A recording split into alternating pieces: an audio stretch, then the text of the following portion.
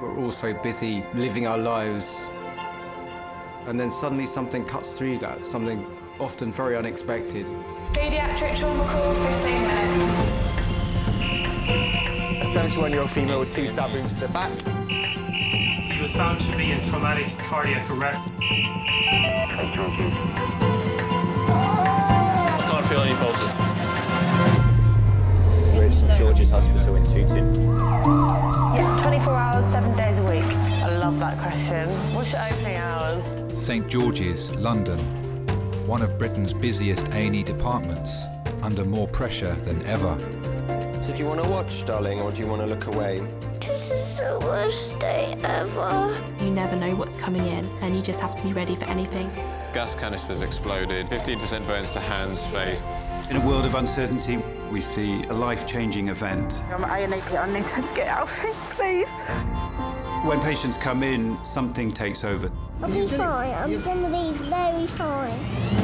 A place where life, Give me an A, give me an E. love, Okay, good lad, well done. and loss unfold every single day. Did you enjoy the Queen's birthday yesterday? I watched the football. All the patients you're about to see were treated in just one 24-hour period. Don't worry. We get to see people who love one another in loads of different ways. Yes. And I think you can give someone the best care in the world, but really what they want is to hold the hand of the person that they love and for them to tell them that they're going to be okay. You're my hero.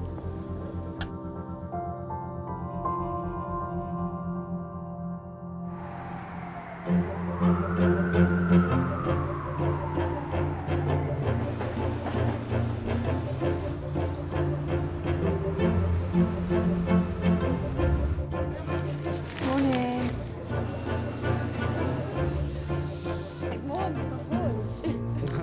I could have overslept this morning.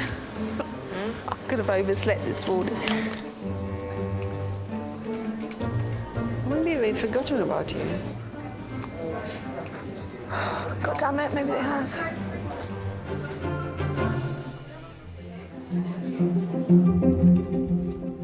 Hello, my name's Sunil. Leading the team in resus today is consultant Sunil. I have always thought that one of the challenges in A&E is to bring order to chaos. Trauma call? Yes. Yes, come in. People value my calmness.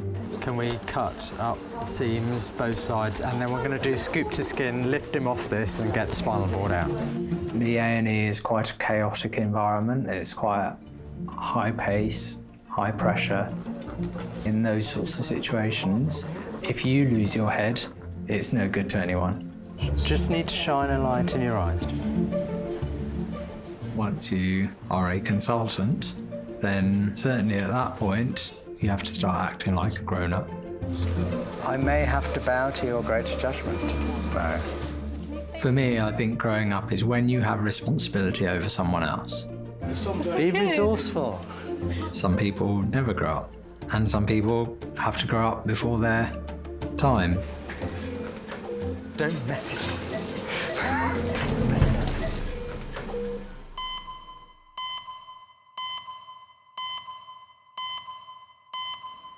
Cough and phlegm and yellow.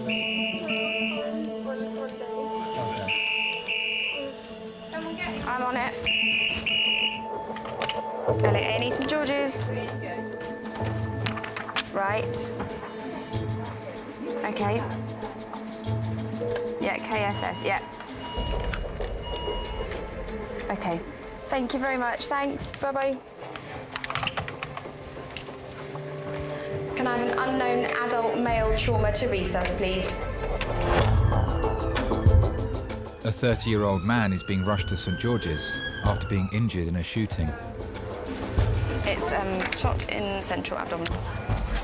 Do you want to go and let CT know? Yes, go for it, yes. The word shooting is an emotive term. It's something that does make you stop because it's not something you hear every day, given the violent connotations of it. The The man's friend has alerted his mum, but has told her it was an accident in the garden, not a shooting. It was just an ordinary day. I was at work. And the phone call came from Jack with the words, "Chris has had an accident. Get next of kin to the hospital as soon as possible." So that set panic in with me.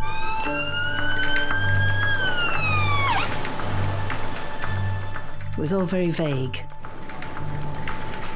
I imagined all sorts of, terrible things could have happened.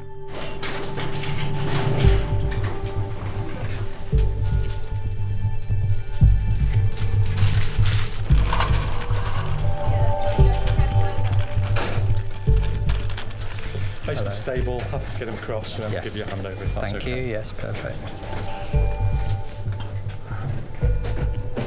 Good, ready for handover. Ready for handover? Yeah. Okay, so this is Chris. He is 30 years of age. He normally works nights, and he's had a couple of drinks getting home this morning. Doing a dare with his friend with a loaded air rifle. There was a inner from a ballpoint pen loaded in the rifle, and it was shot at him, penetrating his abdominal wall, pretty much the full length of it. Initially pulled out by Chris, and then emergency services called, so it's been about an hour since this injury. Okay, shall we transfer monitoring and then we can do a primary survey? Depending on where in the abdomen someone has been shot, it can damage any of the organs such as the liver or the spleen or kidneys. There can be significant bleeding and it can cause life-threatening hemorrhage.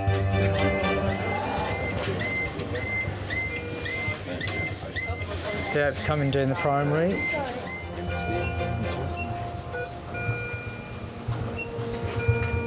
No chest was done the last. Sorry.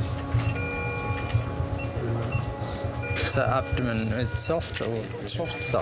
Okay. Just to let you know what we're going to do once we've just popped this drip in and taken some blood, we will need to do a CT scan just to see if there's any internal injury. What was it? The inner bit of a ball ball pen? Big pen there. Yeah. It went all the way in. The inner of a ballpoint pen.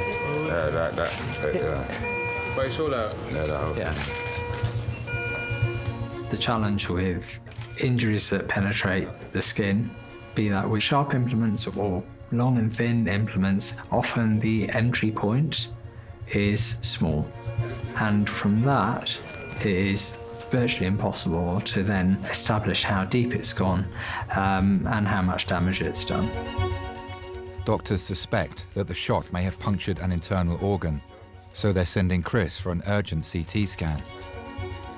An airgun injury to the abdomen can do damage to the bowel and can cause a perforation or a hole in the bowel, and it can cause contents to leak out from the bowel. And if it's not treated quickly enough, people can die.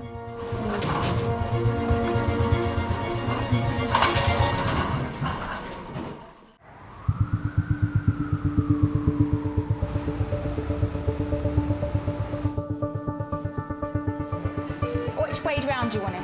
Head. 30-year-old Chris has been brought to A&E after his friend shot him with an air rifle as part of a dare. He's been taken for an urgent CT scan so doctors can check for damage to his internal organs. He's been shot by a big pen. Oh, by a big pen? Yeah, so he had an air gun and he put this in the end of the air gun and his mate shot him. So, but the whole thing went in and he just pulled it out. It reminds me of something that, what are those programmes with the groups of lads that do stuff? Jackass. I think the whole dare mentality is almost like seeing who blinks first. And in that situation, people can sometimes get carried away in the moment, and then people reach the point of no return. So what are we scanning? Just under pelvis, because it's just under the ribs. And I think you were saying you're stabbing, so the stabbing kind of critical, because I guess it is. Yeah, just propel the stabbing. And it's only in retrospect that they will fully appreciate that they put themselves in real danger. I think he feels very sheepish. The words accident and Chris tend to go together. You know, he broke his leg when he was 6, falling off a skateboard. He broke his ankle jumping off a wheelie bin. If there's trouble to be found, he'll find it. Breathe in and hold your breath.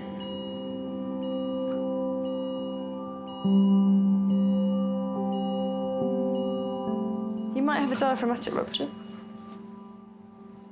Okay, just going to start the injection now. I've got 2 boys. Chris is 30 and Adam's 31, so they're quite close in age. We had a big upheaval when Christopher was 4 and Adam was 5 because we left Bradford. You split up with their father, did you? Yeah. I uprooted them from there to come down here. So that was a big episode of their lives. We turned it more into a, you know, look where we're going, we're in a big city and things like that.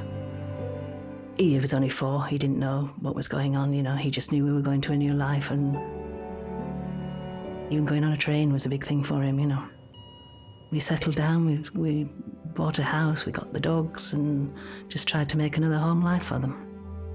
So if it all went in, like that's quite a lot of plastic to go into. Where is the hot consumed? It's here. Oh. Whereabouts? So here. Just above the crest. Yeah, just below the rib. There. I wanted Chris and Adam to be close, which they were for quite a few years. But I think as Chris grew older, I think he rebelled a little bit. Answering back, doing what he liked. Just being the bad boy, really. He never did grow up. Only once doctors have examined Chris's scans will they know whether he needs surgery.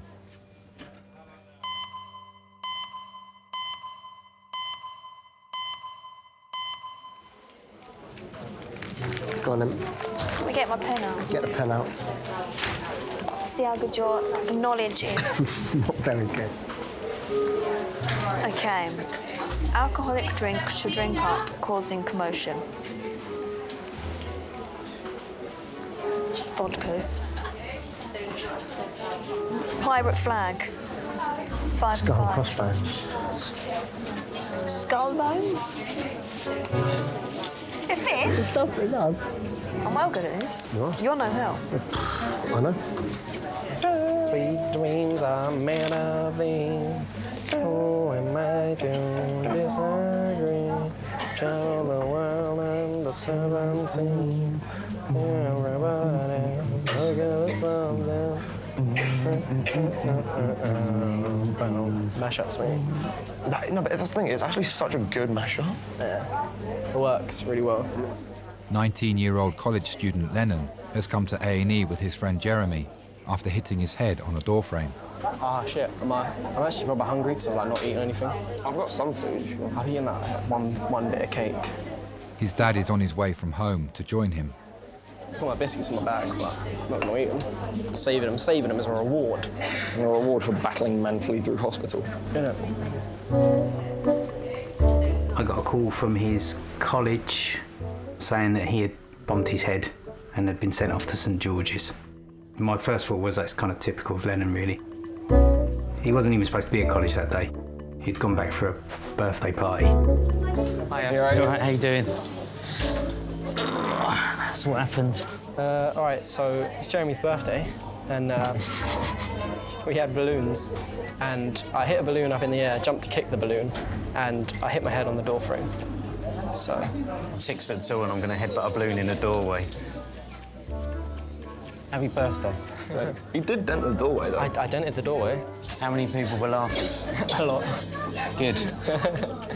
I was 25 when I found out I was going to be a dad. Lennon was an elected caesarean, May 1997, and it was polling day. It was a beautiful sunny day. We got up very early, went and voted, and then went off to the hospital and had a baby. People would say, oh, you're going to have a baby and your life's going to be over and you're not going to do all the things you like doing anymore and you're going to have sleepless nights, and didn't have any of that. I remember the moment he was born, I felt really connected to him. He was really cool. He slept through. I got on with him really well. Even as a baby, when even at that point where they don't have a lot of character, he had loads of character. Even though me and his mum weren't together, we maintained that parenting responsibility together. He couldn't trade one of us off against the other. There was no trickery. We spoke every day. On the whole, I think we kept things settled and safe for him. And he loved having 2 bedrooms. I do feel a little bit funny now, though. I'm assuming this was alcohol-free hijinks, being it kind of... This was alcohol-free, yeah. It would make sense if it wasn't. Yeah, it'd be better if it wasn't. Alcohol wears off, stupid doesn't. Yeah.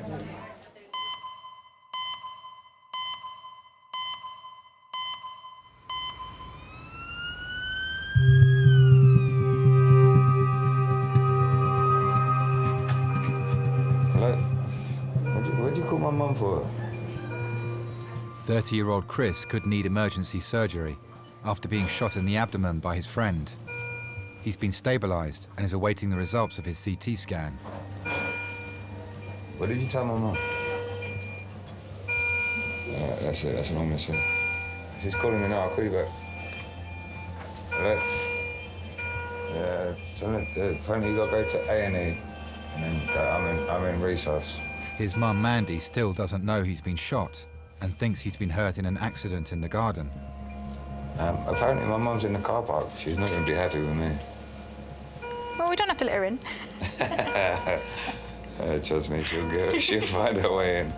He's worried, The probably. only person I'm scared of is my mum. I'm going to get told off. She's arrived at St George's from Oxted with Chris's stepfather, Neil. What? What have you done? Nothing. Of course you have. I'm all right. It's just, I've got something went inside that pretty far in that bit. What were you doing? No, I was playing around with his dogs and I fell over and then the bit of his fence went straight in my... Oh, in the garden? Yeah, Jack's garden went straight in there. And have you taken it out? I pulled it straight out, but it went in about that far. I believe what I'm told, where he's concerned. It's a big major fault of mine. What was it then? Just a splinter? It's like, end of a bit of a fence post or a bit of wire off the fence. I wasn't going to do anything. I was like, leave it. And then I went over light-headed. Yeah. As old as he is, I do wrap him in cotton wool, that's for sure. Probably compensating for bringing them away from their father in the first place. Chris still relies on me all the time, which annoys Neil no end, because I give in to him all the time. And I know I shouldn't. Everybody tells me I'm stupid. He needs to grow up. He needs to stand up on his own 2 feet, and we've done everything we can, moving him out of here and getting him a flat and sorting him out. He just needs to take responsibility for his actions, really. You can leave. You don't have to be here. Why do you have to be? You don't. I'm not going. You for some, I'm not for going, something. so shut up. Where are we going to? What are you rushing back for? You shut up. I'm fine. Stop Well, we'll thinking. wait and see what the scan says. Well, we bought him the flat about 2 years ago because we needed him out of the house. And he was using it like a hotel. And he was just a general lad, really. Not very tidy. Coming in when he felt like it and not doing much. And how did that feel? Getting rid of him? Wonderful. Because then there was no more tension between him and Neil. Why did you go to Jack's? Why didn't you go home? Because it was my last shift and I get bored of mine, didn't I? Oh, yeah, no, I got a cab as well, by the way. This is the perfect time for you. You're running out of credit, you know. The trains were on strike. I had no choice. We run a private hire minicab firm, and we have over 300 drivers. He's been involved for the last couple of years in the firm. He could learn the business and take it over from us tomorrow if he wanted to. But he's not ambitious at all. He's just happy to get his wages and go out and get drunk and start all over again. Well, least I know what it feels like to be stabbed now. A specialist team is evaluating Chris's CT scans to see if he's punctured any internal organs.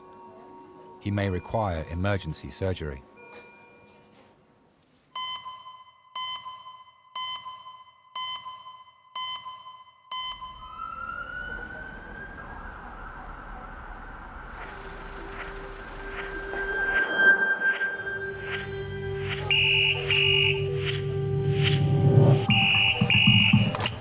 George's ED. Okay, go for it. ED, times 11. Thank you very much. Bye now. Adult priority call, ETA 15 minutes. A 74-year-old man is being rushed to St George's after the internal defibrillator attached to his heart started shocking him. A 74-year-old male, his ICD has fired 11 times since 8:30. In these situations, the heart is going into a rhythm that if they didn't have the defibrillator, if they didn't have the device, then they would go into cardiac arrest.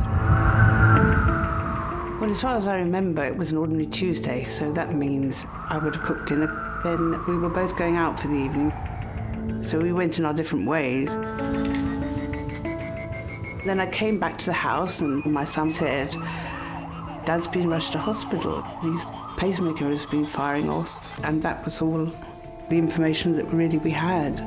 So he's either going into a shockable rhythm or there's a problem with the software.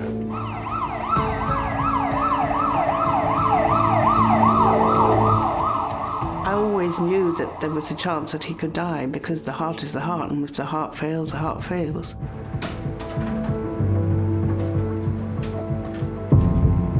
So it really brought it back to me, this could be the end.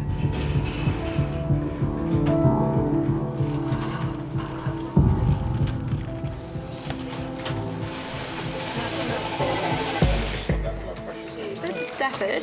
Now he's had an ICD put in years and years ago for an irregular heartbeat. Weren't sure what type of beat it was. Okay. It's fired now 14 times. Do you know what sort of a pacemaker has he got? Yeah, apparently it's a demand pacemaker. It's on demand, yeah? Yeah, so if it goes past a certain point, it goes off. If it comes below a certain point. Now, before it went off the first time today, he felt lightheaded, just doing his normal thing at a friend's house, and then sat down and it fired. It has happened once before, but it's only gone off once. When was that? It's never gone off like this? No, it's never gone off like this. Cool.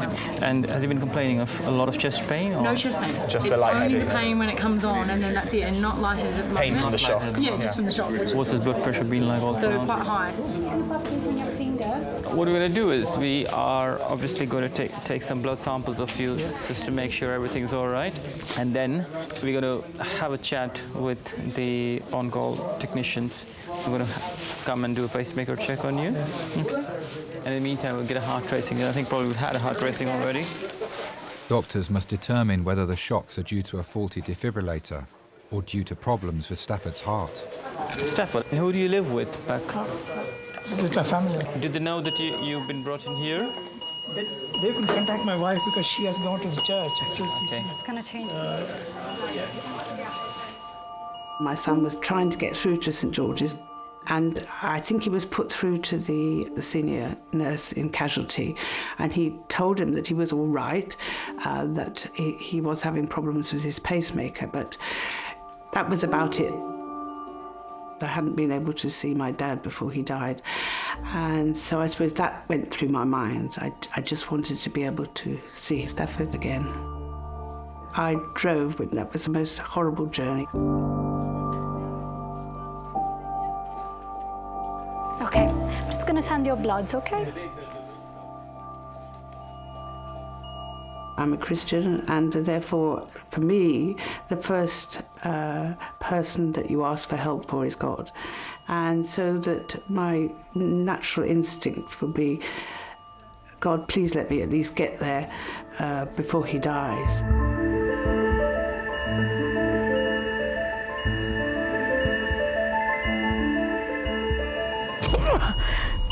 Help, help, help, help.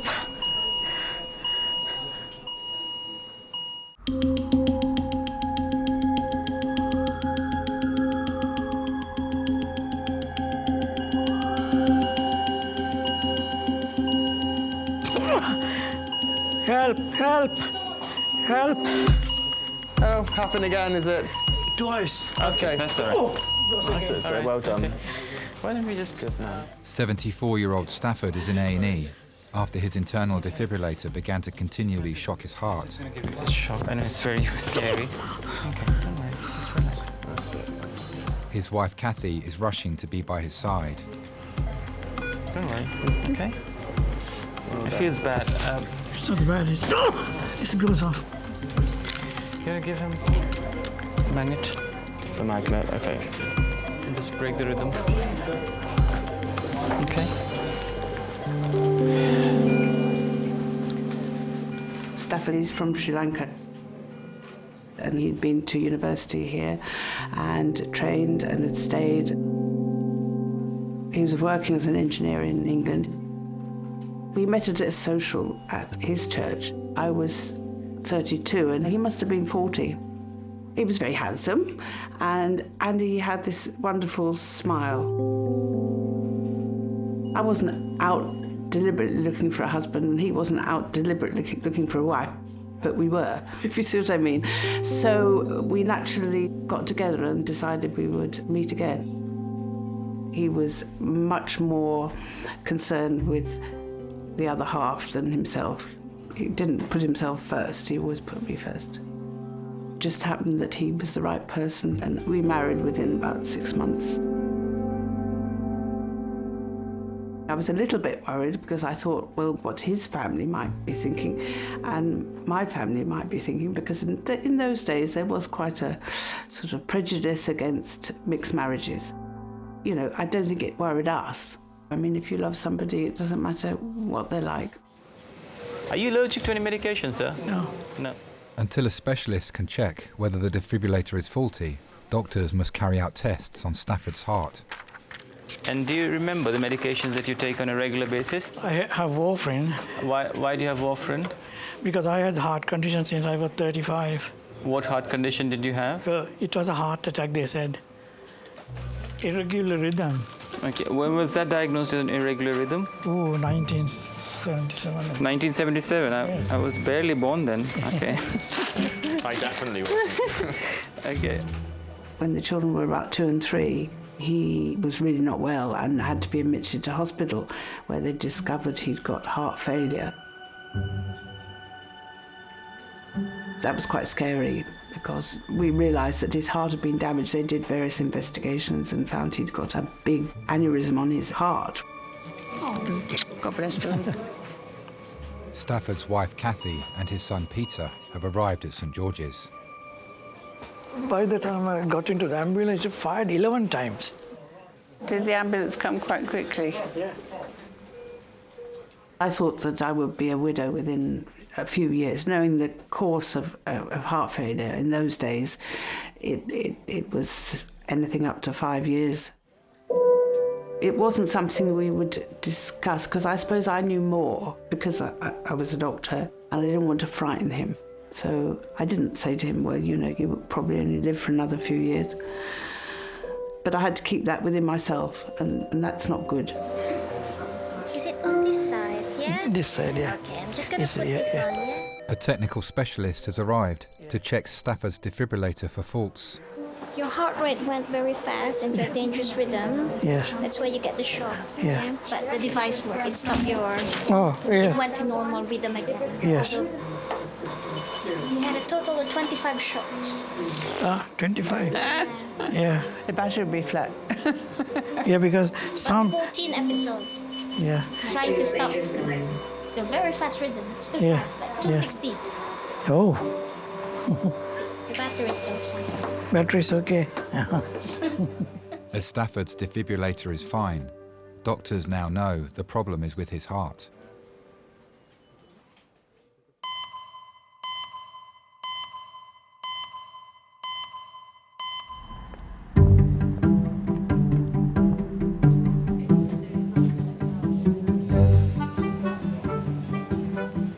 You drank all that? Thirsty. Jesus, we didn't even get a look in. Oh, sorry.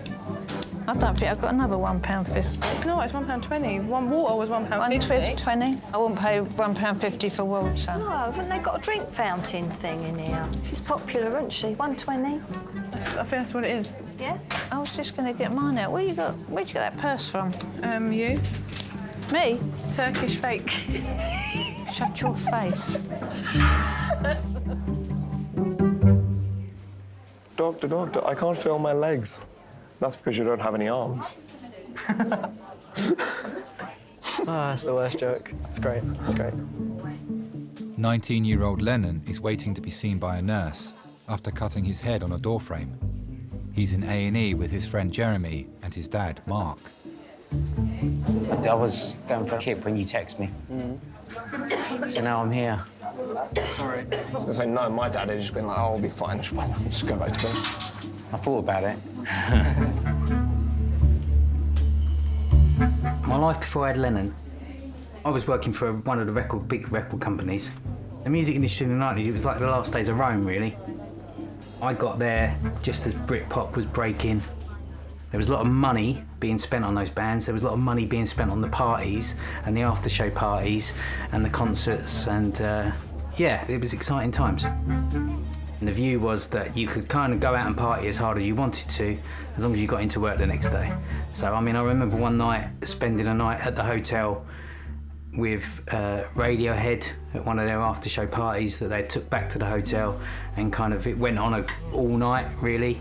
And then about 7 o'clock in the morning, thinking, oh, I've got to go to work, and picking up a bottle of champagne and walking into work, finishing the bottle of champagne and just getting on with my job. So have you actually finished college now? Yeah.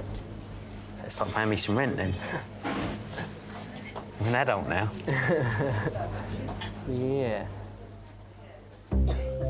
It's one thing to go out on Thursday and come home on Monday for a period of time, but if you're still doing that when you're 45 years old, you know, you're probably missing out on a whole lot of other stuff.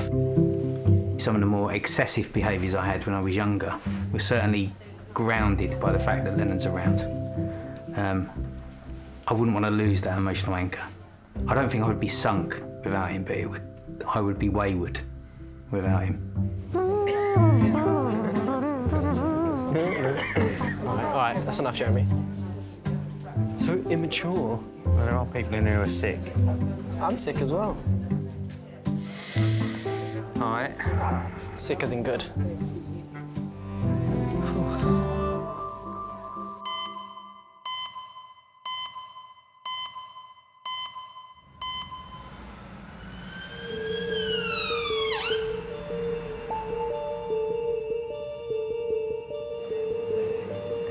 It's for your sponges. You can just wet your mouth with it, but you can't drink it. Thank you very much. Like a lollipop, dear. You'll like that. 30-year-old Chris is in A&E after being shot in the abdomen with a biro by his friend as part of a dare. There's no point in sitting there, is there? I'll tell you if they tell me anything. I'm not going anywhere, so shut up. I'd like him to find a girl, because I think if he got a girl, he would settle down, because she'd encourage him to settle down. Maybe. Fingers crossed. Doctors now have the results of his CT scans. Hello, so hi, I'm Harriet, one of the doctors. Nice to meet you. Hello. Hello. So the CT scan final report has come through, and what it says is that around the area where that little hole is, overlying the bowels, but there's been some damage to that. We should keep you in to observe you. We'll give you some antibiotics just in case, because if there is any damage to the bowel and then the bowel contents come out, that can cause an infection. And I think it's better safe than sorry. There's no definite damage to the bowel, but given that's exactly where the hole is and it's just underneath it, better safe than sorry. Come on, Mrs. You're right then. I'm cool, Okay.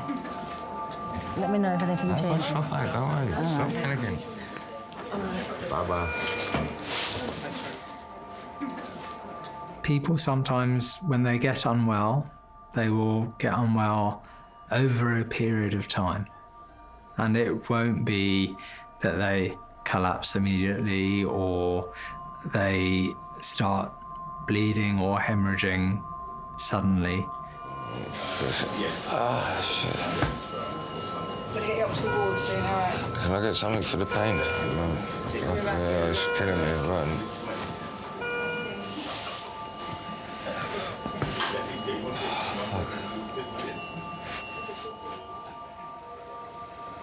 And it won't be until some of the contents of the bowel start to leak out into the abdomen that causes pain, signs of infection, and that may then be a marker that there is a more serious injury. Chris will be taken to a surgical ward to be monitored by a specialist team. If he deteriorates further due to the damage to his bowel, he'll need emergency surgery.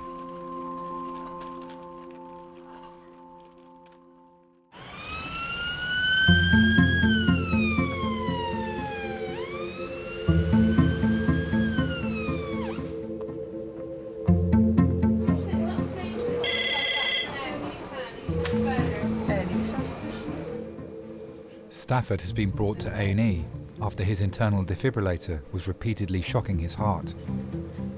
His wife Kathy and son Peter are with him. Did they ring you, or did they just turn They rang up? me, but I didn't answer the phone, so David rang the doorbell. Doctors know the problem is with Stafford's heart, and he awaits test results from the cardiac team. Did you bring your Bible with you? No, I left the Bible. I brought the glasses.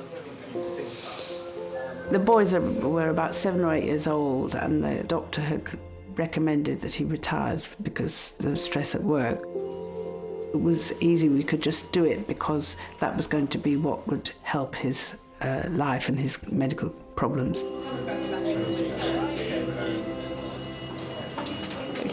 Just over 100, so I said 108. 108? 108 pulse.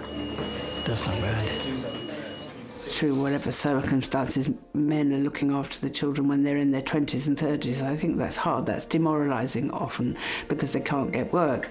But it was a decision that we made, and he was older. He'd done his stint at work. He didn't feel that he was letting me down by being no longer a breadwinner. So he could just enjoy what was thrown at us. He would be spending a lot of time with the children. The weekends when they wanted him to go and watch them play football or rugby or cricket or whatever, he had the energy to go and do that, and he spent time with them. And I think that was good because a lot of fathers don't get that time. Sometimes I felt guilty thinking, well, what was it like to have a mother that was out at work? But they don't seem to think that they came to any harm. They complained about his cooking sometimes, but... Hello, sir. A doctor from the cardiac team has spotted a problem with Stafford's medication. So, on here, you're not on any drug for the heart rhythm. No. None of these drugs are for the heart rhythm. That's not good. So a patient with your condition should be on some medicine to prevent the heart from going into that sort of rhythm. Because the device is there to save you, but you don't want to get into the states that the device needs to save you. You need to control with drug so that we don't get shot.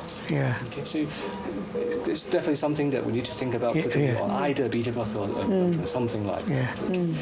Okay, thank you. We have always tried to live our lives with the knowledge that he's got a bad heart. So things like we will never go to bed on an argument. We would make sure that we live life to the full and never do things that we would regret at a later time. So I think it's made us a lot closer, yeah. When I had the first heart attack in 1977, there was another doctor, this step, and the other one said, we were not even born then.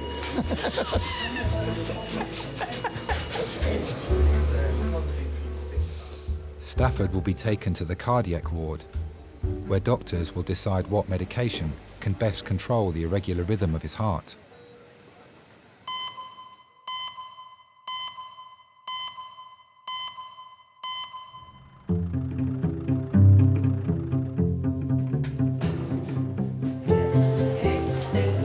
Chuck Norris is so hard he can kill 2 stones with 1 bird. Chuck Norris is so hard that when he was born, his father said, "You're the man of the house now." Do you have any Chuck Norris jokes? Don't have any Chuck Norris jokes. 19-year-old Lennon came to A&E after cutting his head open on a doorframe. I'm bleeding again. Dad, why is it every now and then my head starts bleeding again? Because you're talking too much. Lennon.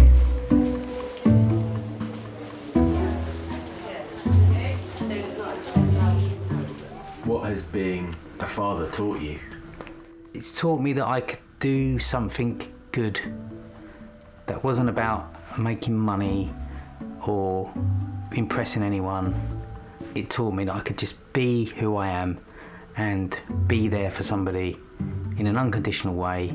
It really taught me how to care and love, because I don't know if I was that capable of that before he came along. Right, you're here because...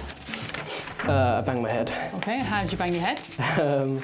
I jumped to kick a balloon and I headbutted a door frame. Where was this? Indoors, right? College, yeah. And I dented it though, so it's all right. Came off worse than me. Do you live on your own or with other people? No, I live with my dad. With your dad. Who's here? How close are you? I'd like to think we're very close. He comes to me with problems. If it's a big problem, he'll come to me and talk to me. I'm proud of that. He asks my advice about girls, which a lot of boys probably won't go and do. And I like the fact that actually, if I'm doing something that he thinks is not good for me, he will tell me too. So on the whole, I think we're very close, yeah. Right, here comes the glue now. Okay. Stand tall and keep moving. That's my motto in life. Sometimes life hits you really hard and it can just take the wind out your sails. But if you can get a good mantra going and remember it and stick with it, on the whole, you'll get up again. So my advice to him was find your own mantra. Does it sting? Yeah. Oh, well. Way more than I thought it would. Does it hurt as much as you banging it? It stings, which is in some ways worse. Okay. Thanks. Thank you. Okay, goodbye. There you go.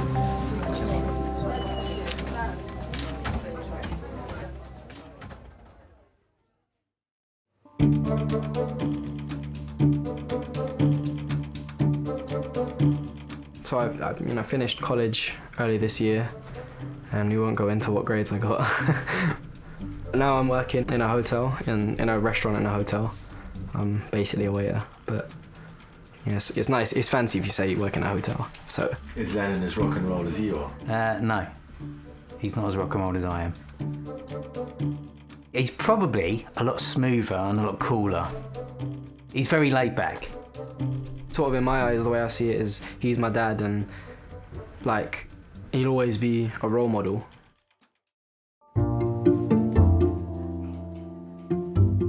I'm a person who never worry about death. But when I went to hospital, for the first time in life, I thought, this is it. Actually, I think his heart must be stronger than we thought it was, because it's survived all that rapid pulse rate and is not damaged.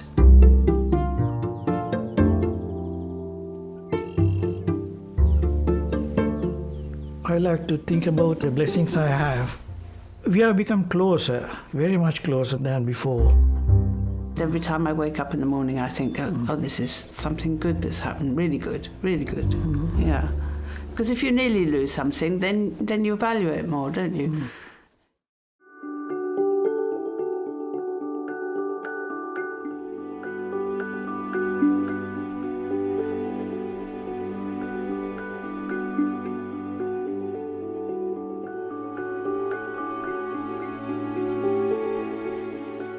I was devastated. I was so angry with him.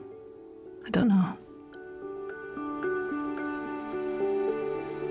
It was a big accident, so why not just tell the truth?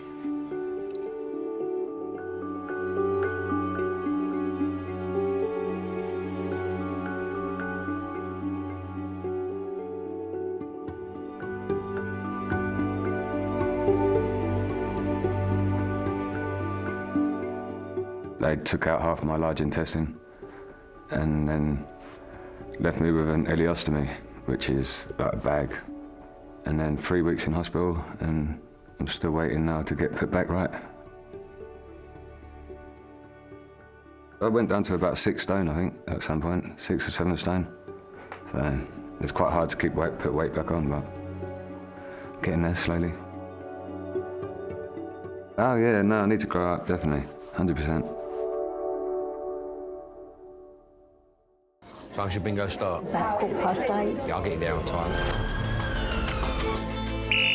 8-year-old child, 50 bricks falling on the head. I heard a scream when I ran out there. It was just horrible, absolutely horrible. Crush injuries are very serious and they can definitely be life-threatening. As soon as I walked in, that hit me that something was seriously wrong.